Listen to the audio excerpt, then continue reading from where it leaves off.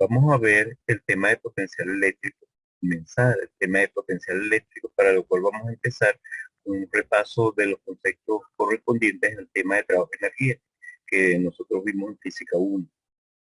Bien, el potencial tiene que ver con energía. Nosotros necesitamos justamente el tema de trabajo de energía, sobre todo lo correspondiente con los conceptos de el trabajo, lo que va a ser la clasificación de fuerzas conservativas y no conservativas, el problema del trabajo de la energía cinética y algunas características importantes de las fuerzas conservativas. Noten que el trabajo es una cantidad, un escalar, un número que nos va a medir en cierta forma la calidad de una fuerza. Él nos va a decir qué tan buena es una fuerza a la hora de realizar una determinada labor y también nos va a decir si la fuerza va en favor o en contra del movimiento. De hecho, responde a dos preguntas. Entonces, vamos nosotros a tratar de ver justamente esos términos. Para eso vamos a refrescar algo importante. Se llama nomenclatura de la delta, o nomenclatura del cambio. La delta está definida de la manera siguiente. Una delta es una diferencia, pero definida así. Diferencia de algo final menos algo inicial. Por supuesto, ese algo puede ser cualquier cosa con tal de que pueda ser ordenado, que nosotros podamos decir qué es lo que está final y qué es lo que está inicial. Por lo tanto, debe haber un criterio de ordenación. Ese criterio de ordenación muchas veces lo impone el tiempo o algo que depende del tiempo. Puede ser de forma indirecta relacionado con el tiempo. Nosotros podemos calcular la delta de casi cualquier cosa que nos interesa a nosotros en este curso, siempre y cuando, como dije, lo podamos ordenar. Este algo podría ser un tiempo, puede ser una velocidad, puede ser una aceleración, puede ser una distancia recorrida, etcétera. Muchas cosas podría ser algo. ¿Por qué? Porque lo podemos ordenar en función del tiempo. Vean, como dije anteriormente, el algo puede ser una cantidad escalar o una cantidad de tipo vectorial. Nos van a interesar en el curso ambos tipos de delta. Entonces, lo que sí tenemos que tomar en cuenta es lo que les dije no sé mucho, muchachos. Debe poder ordenarse. Si nosotros ponemos aquí, por ejemplo, delta del oro, si no tenemos algo llamado loro que podamos nosotros ordenar, por ejemplo, si el loro es realmente un animal, nosotros no podríamos calcularle la delta porque no es algo que se pueda ordenar. Tenemos que tomar en cuenta que para poder calcular la delta debo definir qué es la cantidad final, qué es la cantidad inicial.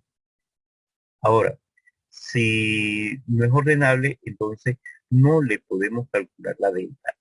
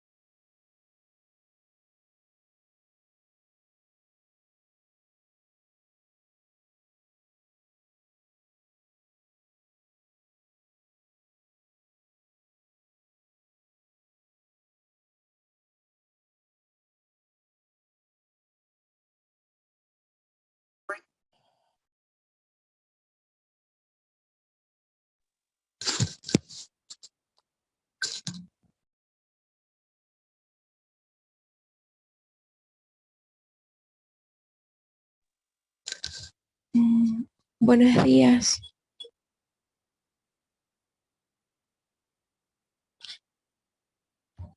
Disculpe, profe, pero si usted está hablando, no se escucha. Déjame ver. Y Ah, ahora, sí, ahora sí, profe. bueno, entonces déjeme repetir, gracias, porque es que Gracias a usted. se me puso mudo. Bueno, me puso mudo el Zoom. Entonces vamos a comenzar. Sí, muchachos, vean, mira hacia atrás. El tema de potencial es un tema importante que nosotros tenemos que tener muy presente en nuestro curso. Para entender el tema de potencial, vamos a hacer algo, y ese algo no es más que lo siguiente. Vamos a entender primero qué es el trabajo de energía. Para empezar con el tema de trabajo de energía, que es algo que se estudió en física 1, vamos a empezar con algo llamado noción de cambio. La noción de cambio es justamente lo siguiente. Nosotros vamos a definir el cambio como una diferencia. Lo vamos a leer delta. Se denota con la letra griega delta mayúscula y está definido así. La noción de cambio va a ser delta de algo. El delta de algo es el algo final menos el algo inicial. Pero tenemos que tener bastante cuidado. Ese cuidado que nosotros debemos tener es el siguiente. Algo debe ser ordenable con el tiempo. Eso es lo que importa. Puede ser con otra variable, pero por lo general va a ser el tiempo. El, algo debo poder decir o debemos poder decir que es lo final y que es lo inicial. Si estamos ordenando por el tiempo, eso equivale a decir qué es lo que ocurre en el momento final, qué es lo que ocurre en el momento inicial. Eso es similar a lo que uno utiliza para definir, por ejemplo, el desplazamiento, posición final menos posición inicial. De allí que muchas veces notamos el desplazamiento con una delta, que es la noción de cambio para nosotros en el curso. Es algo entonces, cualquier cosa que pueda ser ordenada. Tenemos aquí algunos ejemplos, algunos de ellos de tipo escalar, otros vectorial. Algo puede ser cualquier cosa, realmente cualquier cosa, pero podemos notar que algo debe poder ordenarse. Si loro es un animal, obviamente no vamos a poder ordenarlo. Y de allí que delta del loro, o sea, hay algo que carece de sentido. No podemos hablar de una delta del loro, pero sí estamos definiendo una variable en algún problema y se nos antojó llamar a esa variable loro. Y esa variable puede ser ordenada, entonces esa definición de una delta del oro sería válida. Debemos notar que siempre debe poder ser ordenado, por lo tanto, ordenamos en función de algún criterio, como dije, a ver, para la mayoría de las veces ese criterio debe ser el tiempo, pero puede ser otras cosas. Ahora, el hecho de poder contar con eso, con la nomenclatura de delta, nos permite ver una propiedad sumamente importante de las deltas, que es la delta de una constante. Una constante está definida como algo que no cambia. Por tanto, en el momento final y en el momento inicial, la constante siempre va a ser la misma. Porque llegamos a que la delta de una constante es cero. Es una propiedad importante, pero cuidado, que la delta de una constante sea cero no significa que si es cero la delta, estamos hablando de una constante. Porque si es cero la delta, puede ser que tengamos algo que justamente en el momento inicial y en el momento final tenía el mismo valor, pero que en otros momentos pudo haber cambiado. En ese caso, la delta es cero, pero no estamos hablando de una constante. Entonces, sabemos o estamos totalmente seguros que la delta de constantes son cero, pero que la delta de algo igual a cero no implica que estemos hablando de constantes. Ahora, eh, notamos que si hubiésemos tenido una función, también es factible aplicarle la noción de cambio. De allí que podemos tener los casos siguientes. Por ejemplo, que y sea una función del tiempo. Y podemos hablar entonces de una delta x. O que el tiempo dependa de algo. Por ejemplo, que f dependa de algo. Entonces dice que f es una función de x y que x es una función del tiempo. Por ejemplo, nosotros podríamos tener entonces que aplicando la noción del cambio, esto es válido también para la función compuesta. De allí que podríamos decir que el, si f depende de g y g depende del tiempo, y este t, no sabemos, es ordenable, podemos entonces hablar de una delta de y, que sería también una función del tiempo. De allí que podemos ordenar a y. Una de las propiedades más importantes que nosotros vamos a utilizar en el tema de potencial, porque el potencial va a ser un escalar y que va a tener la cualidad de que cumple con estas condiciones. Como dije, muchas veces ordenamos el tiempo, pero no necesariamente es algo que debemos, que debe hacer el tiempo, pero puede ser que sea dependiente del tiempo, pero de manera indirecta. Tiempo. Si alguien me dice, eh, una carga pasó de una posición a la otra, bueno, la posición a la posición B, por ejemplo. Bueno, la posición B ocurre en el momento final, de allí que si nosotros vamos a hablar de un potencial, el potencial va a ser una función de la posición y nos piden una delta, sería el potencial evaluando el punto final menos el potencial evaluando el punto inicial, porque se pasó de A a B, entonces el potencial final será en B y el potencial inicial será en A. Vean que allí no se nombró el tiempo de manera directa, pero está de manera implícita. Ahora, una de las propiedades más importantes que nosotros vamos a utilizar, como había mencionado, va a ser esta, la delta de la suma. La delta de la suma sería la suma en el momento final menos la suma en el momento inicial. Pero como sabemos que esto es lo mismo que A final más B final, y esto es lo mismo de paréntesis, lo mismo que A inicial más B inicial, pero aquí está antepuesto el signo menos, podemos decir que esto es lo mismo que A final menos A inicial más B final menos B inicial, pero esas son las delta de A y delta de B respectivamente. De allí que llegamos a la propiedad de que la delta de la suma es igual a la suma de las deltas, una propiedad extremadamente importante que va a ser muy útil en lo que nosotros vamos a realizar el potencial en nuestro curso. De la combinación de las dos propiedades anteriores, la delta es una constante cero y que la delta de la suma igual a la suma de las deltas, se llega a esta conclusión, que la delta es la suma de una variable o una constante, pero vamos a suponer la variable, una variable más una constante, es lo mismo que la delta de la variable más la delta de la constante, pero esta es nula. De allí que se llega a que la delta de una variable más una constante es lo mismo que la delta de la variable. Esto es sumamente importante para nosotros. Vamos a hablar de potenciales y a los potenciales se le pueden sumar constantes y la delta no va a cambiar. La delta de potencial no cambia. Eso es lo que nos está diciendo esto. De allí que el potencial en un determinado punto puede tener muchísimos valores. Va a depender del observador, lo que fije el observador. Un observador puede decir, mira, para mí en ese punto el potencial vale tanto.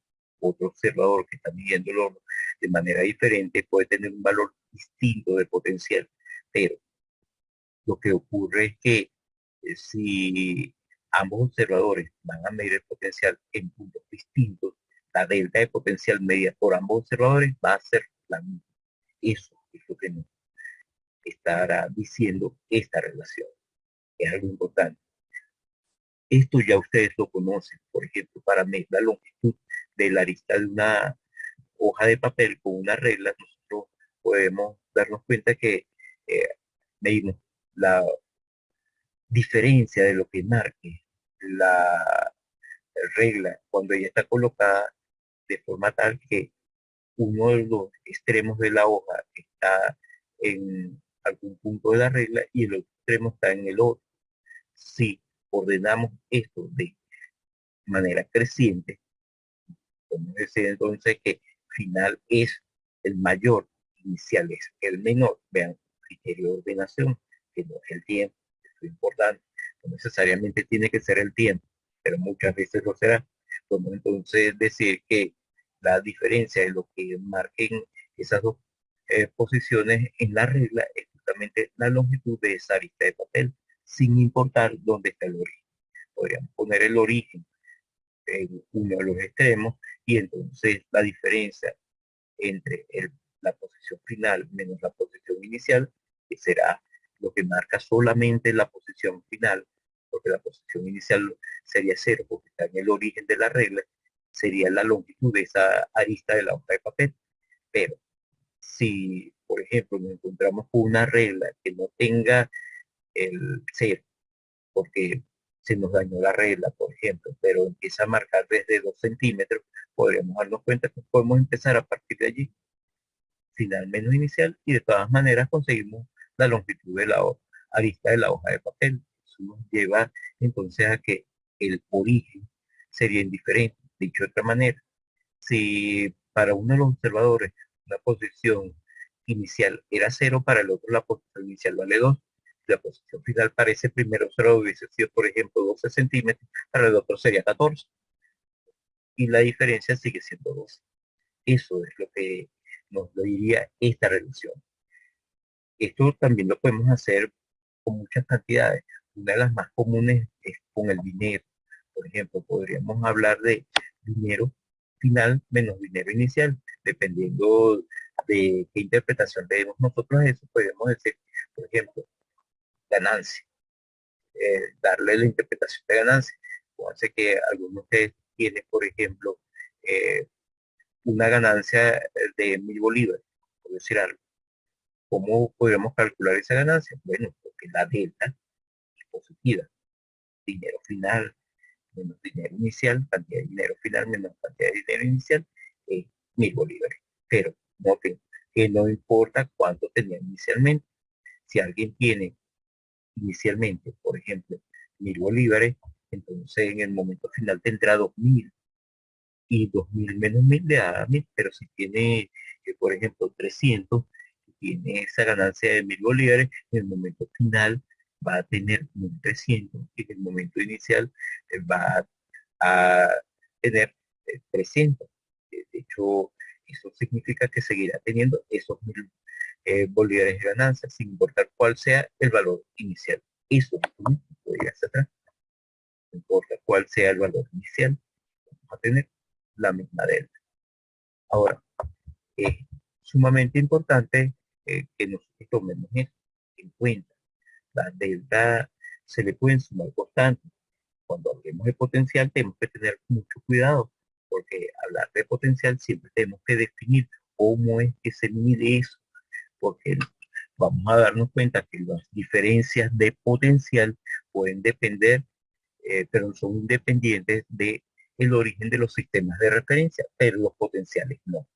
Similar a lo que le pasa a la regla, la medición de las longitudes o los valores que marca la regla, depende del origen del sistema, pero no va a depender de ese origen la regla. Ahora, vamos a empezar por el tema de trabajo de energía, que ya tenemos la base para nosotros es justamente el concepto de venta y algo de física uno, es decir, el concepto de esfuerzo.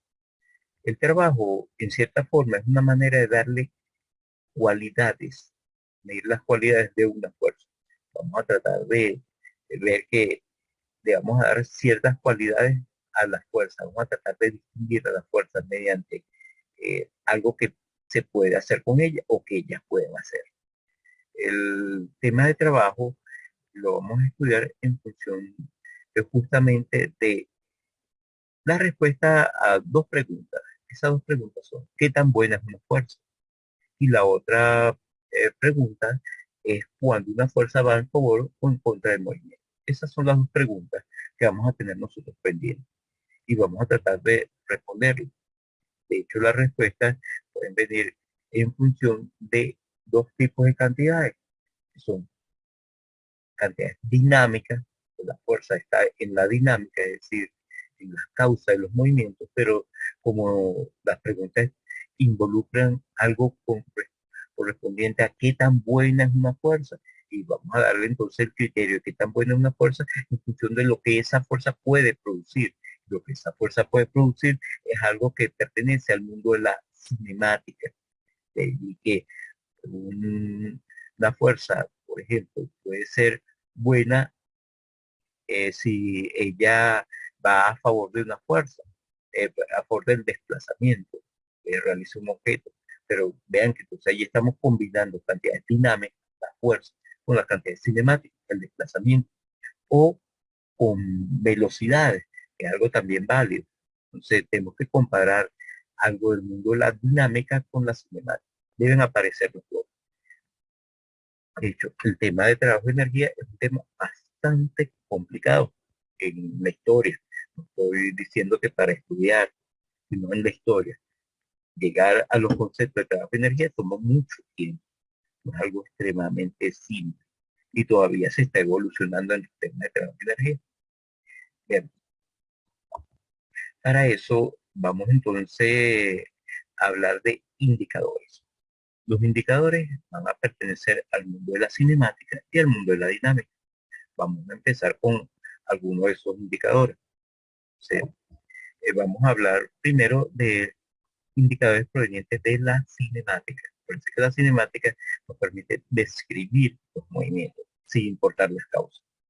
Esos indicadores pertenecientes al mundo de la cinemática, de ellos nos va a interesar el desplazamiento y la velocidad. Vamos entonces primero con el desplazamiento. El desplazamiento es el cambio de posición. Vamos a decir que un objeto realiza un determinado desplazamiento porque tiene un cambio de posición, es decir, una delta de posición, que será posición final menos posición inicial. Noten que las posiciones son vectores. Muchachos, yo estoy revisando una evaluación y algunos tenemos ciertos problemitas con los vectores. Tenemos que salir de eso. El hecho es que el vector de desplazamiento lo podemos asociar con la trayectoria. Es un vector que va del extremo del vector posición inicial al extremo del vector posición final. Ese será nuestro vector de desplazamiento. Vean, si este es el vector posición inicial y este otro el vector posición final, el desplazamiento es un vector que va de la posición inicial hacia el extremo del vector posición final. el desplazamiento es delta R. Lo vamos a anotar justamente de esa manera. En una trayectoria que es un lugar geométrico, todos los puntos donde está el objeto que llamamos punto material o partícula. Noten algo extremadamente importante. La delta de posición llamado desplazamiento puede ser una cantidad extremadamente pequeña. Y hay un error, muchachos, es cero. Si la cantidad es extremadamente pequeña, este cero seguirá siendo un vector. Aquí estoy diciendo que tiende a cero, ¿no? Pero un cero vectorial. Me faltó la flecha del vector. No se la puse. Ahí hay un error. Entonces, la delta, cuando sea muy pequeña, la vamos a notar con este símbolo, como el símbolo de un diferencial. Entonces, vamos a hablar de un diferencial de desplazamiento, es decir, una delta muy pequeña. Esta delta pequeña se diferencia de la delta grande. Voy a ir hacia atrás. La delta grande, tenemos aquí una delta mayúscula, tiene la cualidad de corresponder con lo que se llama una cuerda de la trayectoria. Es decir, va de un punto a otro de ella y se puede asociar con una línea recta secante en la trayectoria. Pero si el punto final y el punto inicial están cercanos, la diferencia se hace paralela a la trayectoria. De allí que esa diferencia paralela a la trayectoria es tangente a la trayectoria.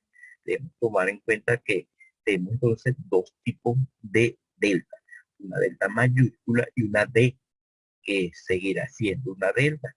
Ya, es la definición de delta, pero una delta muy pequeña. Esta delta muy pequeña es el diferencial. Corresponde este desplazamiento pequeñito a algo importante. Voy a ir hacia atrás.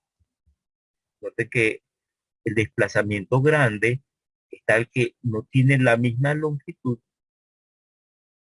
que el tramo de trayectoria que une al punto inicial con el punto final. Es decir, esta longitud es mayor o igual que la delta, pero el desplazamiento pequeñito sí corresponde con algo que tiene por módulo la distancia. Es decir, el módulo del desplazamiento grande es menor o igual que la distancia recorrida. Pero en cambio, si es un desplazamiento pequeñito, ese desplazamiento pequeñito tendrá un módulo idéntico a la distancia recorrida, que será también muy pequeño. Y eso ya lo hemos visto en el caso de distribuciones lineales de carga. Ahora, esta cantidad infinitamente pequeña tiene una cualidad importante para nosotros, y es que podemos utilizarlo siempre que nos interese ver que en ese desplazamiento pequeñito la fuerza no cambia. Noten, podríamos tener, viendo hacia atrás nuevamente, que aquí hay una fuerza aplicada con una partícula que se está moviendo del punto inicial al punto final. Esa fuerza podría ser variable o puede ser constante. Es decir, esa fuerza no le sé las características, pero si el desplazamiento es muy pequeño, no le estamos dando oportunidad espacial, a no ser que sea una fuerza impulsiva, pero eso no lo vamos a tratar nosotros ahorita. Que esa fuerza cambie con la posición. Por lo tanto, para el desplazamiento pequeñito, podemos suponer que en todos los puntos de ese desplazamiento pequeñito, prácticamente, o ese desplazamiento pequeñito, es algo que ocurre en un único punto. No hay cambio entonces de la fuerza. De allí que llegamos a que en este desplazamiento pequeñito que está tangente a la trayectoria, si hay alguna fuerza aplicada, esa fuerza no está cambiando. Y podemos hacer el estudio de forma más fácil. Vamos a irnos muchas veces a hablar de este desplazamiento pequeñito, pero tenemos un problema, y es un problema de nomenclatura, y es que la R que nosotros estamos utilizando aquí, ya la hemos usado antes. Habíamos hablado de una R que aparecía en las ecuaciones que provienen de la ley de Coulomb, donde R, dependiendo de cuál sea la forma en la cual nosotros escribamos la ley de Coulomb, tiene una interpretación. Por ejemplo, a veces R es en la posición relativa del punto de observación respecto a donde está la carga que está produciendo el, el campo eléctrico. O a veces R es la posición de el punto de observación. Noten que eso no tiene que ver directamente con los dibujos. De allí que tarde o temprano vamos a tener que hacer un cambio de variable, un cambio de nombre, porque a cosas diferentes no las podemos llamar igual. Ahora, notemos que estos desplazamientos pequeñitos es bueno darle un nombre. Vamos a llamarlo desplazamiento elemental. Y vamos a usar una nomenclatura. La nomenclatura que nosotros vamos a utilizar es para denotar cuál es el trayecto. Y vamos a anotar el nombre del trayecto con este símbolo, esta letra griega. De allí que podemos entonces decir que hay una trayectoria y lo que nos va a interesar es el punto inicial y el punto final. Y además de cómo sea ella, es decir, cómo es la trayectoria, va a definir un punto inicial y un punto final que va a pertenecer a ella, a dicha trayectoria. Ahora, vamos a hablar de la delta, perdón, de la suma de estos desplazamientos elementales, de R pequeño. Esto es sumamente importante, ¿no? Vamos a dividir entonces la trayectoria en una infinidad de pedacitos muy pequeños y los vamos a sumar. Pero acuérdense, cuando uno suma por la regla del triángulo, la suma coloca un vector a continuación de otro. Y el vector suma es un vector que va del origen libre al extremo libre. La suma de estos infinitos pedacitos pequeñitos es algo correspondiente a un vector que da el punto inicial al punto final, es decir, el desplazamiento. Entonces, llegamos a algo que lo podemos notar así. Se nos va a cortar, muchachos. Entonces, en lo que se nos corte, descansamos por 5 minutos y regresamos. Entonces, ven, esto es algo importante, esta es la suma de los infinitos pedacitos. Y esa suma de esos infinitos pedacitos va a corresponder con el desplazamiento total. Entonces, tenemos algo que nos va a importar la forma del trayecto, que importa cuál es el punto inicial y cuál es el punto final. O sea, vamos a descansar ya por 5 minutos y regresamos.